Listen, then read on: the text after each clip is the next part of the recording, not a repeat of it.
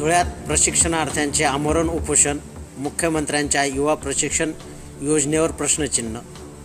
आजची सर्वात मोठी बातमी येत आहे धुळे जिल्ह्यातून। मुख्यमंत्र्यांच्या युवा प्रशिक्षण योजनेअंतर्गत प्रशिक्षण घेतलेल्या शेकडो युवा युवतींना रोजगार देण्याचे आश्वासन पूर्ण न झाल्यामुळे त्यांनी आंदोलनाला सुरुवात केली आहे। धुळे जिल्ह्यातील सुट्रेपाडा येथील अभिलाल देवरे यांच्या नेतृत्वाखाली अनेक प्रशिक्षणार्थ्यांनी उपोषणाला सुरुवात केली आहे। या उपोषणाचा आज 11वा दिवस असून त्यांनी सरकारकडे त्यांच्या मागण्यांकडे लक्ष देण्याची मागणी केली आहे।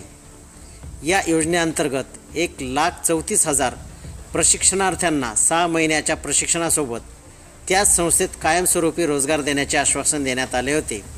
मात्र प्रशिक्षण कालावधी 11 महिन्यापर्यंत वाढवण्यात आला तरीही त्यांना अद्याप रोजगार मिळालेला नाही।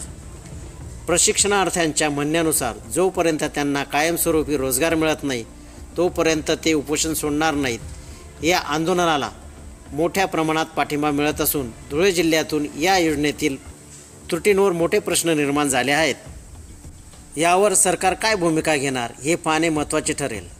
धुळे जिल्ह्यासह राज्यातील इतर प्रशिक्षणार्थ्यांना रोजगार मिळेल का याकडे सर्वांचे लक्ष लागून आहे। या संदर्भात अधिक माहितीसाठी आमच्या चॅनलला सबस्क्राईब करा आणि बेल आयकॉन दाबायला विसरू नका। 24x7 न्यूज रिपोर्टसाठी प्रतिनिधी परशुराम आहिरे। जिल्ह्याचे पालक कलेक्टर असतील, तहसीलदार असतील, तालुक्याचे पालक हे जर येत नसतील याला अर्थ यांना संविधान मान्य नसावं किंवा शासनाचा दबाव असावा।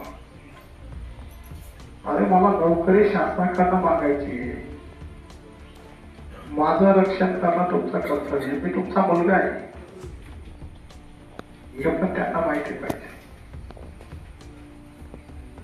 मला आधार देणं या जिल्ह्याचा कलेक्टरचं कर्तव्य, प्रांताचं कर्तव्य, तहसीलदाराचं कर्तव्य, मला समज देणं सुद्धा त्यांचं कर्तव्य आणि माझी शिफारस म्हणून मायेची भूमिका निभवणं सुद्धा त्यांचं कर्तव्य। कारण शासकीय अधिकारी हे माझी माय आणि माझी शिफारस बापाकडे करून देण्याचं काम त्याच आहे।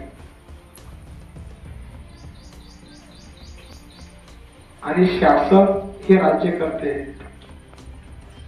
ते जरी बाप असतील पण त्यांचा सुद्धा आणि माझा सुद्धा सर्वांचा बाप बाबासाहेब आंबेडकर आहे।